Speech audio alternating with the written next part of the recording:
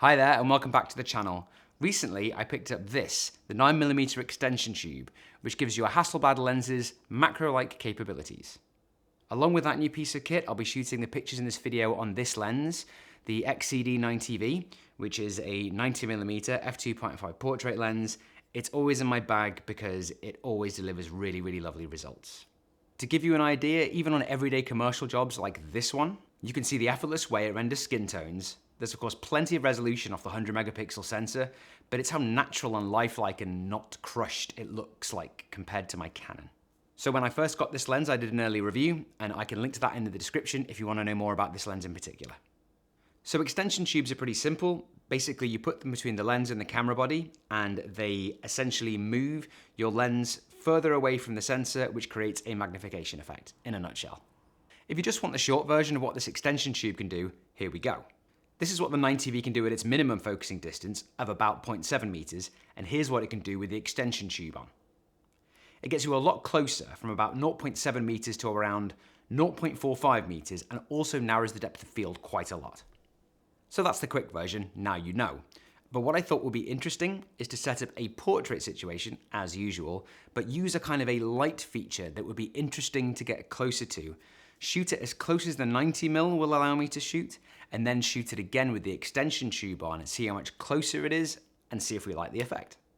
The concept I wanted to run with was like something from an Orson Welles movie or a Hitchcock movie, which was like a thin shaft of light down someone's face as if they were looking through the crack in an open door, and the rest of their face would sort of be in shadow and it would have a very cinematic feel.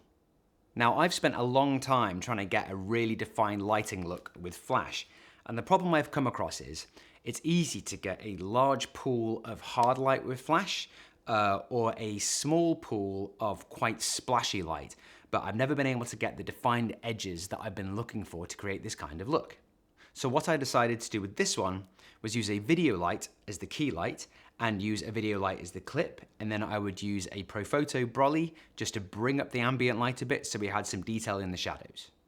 To get that cinematic lighting feel, I used this, an aperture spotlight mount.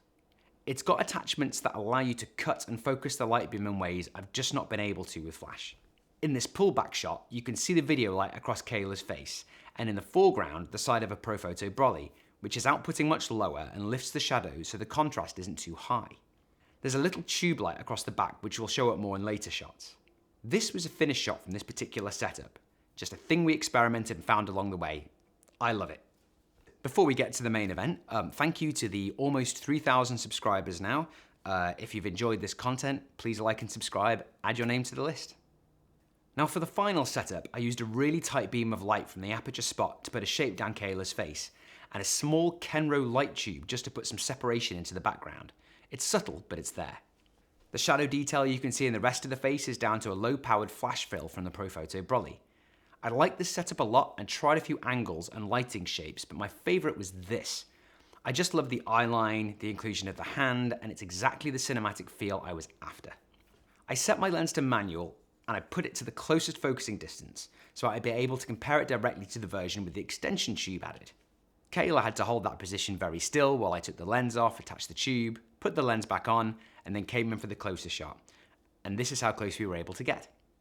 You can see how critical the depth of field is at f2.8. I've just gotten away with it, but the lashes are ever so slightly sharper than the pupils. It does make a pretty big difference. Using the extension tubes does hit the optical quality of your lenses a little bit, but the system has a lot of that to spare, and I'm not really noticing it. So now I've shown you the work, what do I think about it? Well, it's a very simple piece of kit. It works. It's not particularly expensive, at least in Hasselblad terms, and if you want to, you can buy multiples of them and stack them up for an increased macro effect.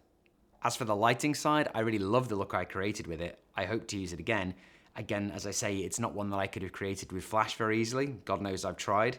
But the downside is that in a setup like this, your model will be staring into continuous light for quite a long time, and they might not love you for it. But as long as I get my picture, what do I care? Hope you enjoy the video, and as usual, I hope to hear something from you in the comments.